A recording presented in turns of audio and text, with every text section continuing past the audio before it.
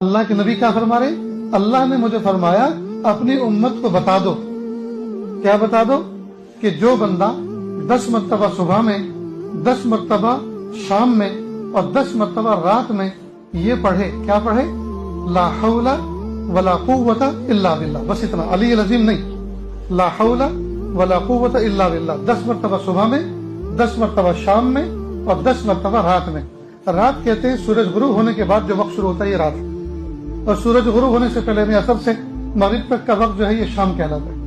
تو جو بندہ 10 مرتبہ صبح میں، 10 مرتبہ شام میں، 10 مرتبہ رات میں پڑھے گا تو کیا کیا ملے گا؟ سنیں. صبح میں پڑھے گا تو میرے غصے سے بچے گا. اللہ فرماتے ہیں میرے غصے سے بچے گا.